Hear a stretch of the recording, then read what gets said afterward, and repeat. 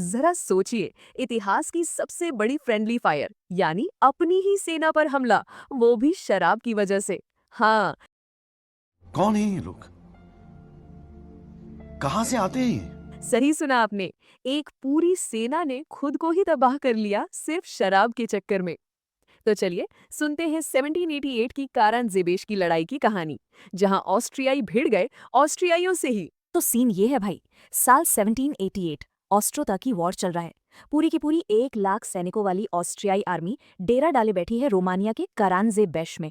अब उनमें से एक टोली नदी पार करती है दुश्मन खोजने, लेकिन सामने दुश्मन नहीं बल्कि रोमा व्यापारी मिलते हैं। और वो कहते हैं पियो भाई पियो। सैनिकों ने भी बोला वाह यही तो चाहिए था। थोड़ी देर बाद दूसरी टोली आती है। वो देखती है कि पहले वाले मजे कर रहे हैं, तो कहती है हमको भी दो यार। लेकिन पहले वाले अब नशे में थे। बोले नो वे, ये हमारी है। और फिर शराब के चारों ओर डिफेंसिव पोजीशन बना ली। अब हुआ क्या, बहस बहस बहस और अचानक किसी ने गोली चला दी और बस लड़ाई शुरू। ऑस्ट्रियाई बनाम ऑस्ट्रियाई।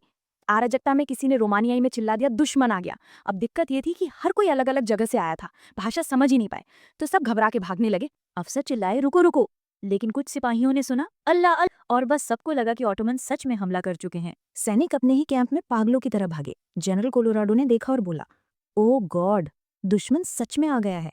और फिर तोपों को फायर करने का आदेश दे दिया। तोपें चली, लेकिन किस पर? अपने ही सिपाहियों पर। जब सब शांत हुआ, मैदान में पड़े थे सैकड़ों लाशें और 1000 घायल।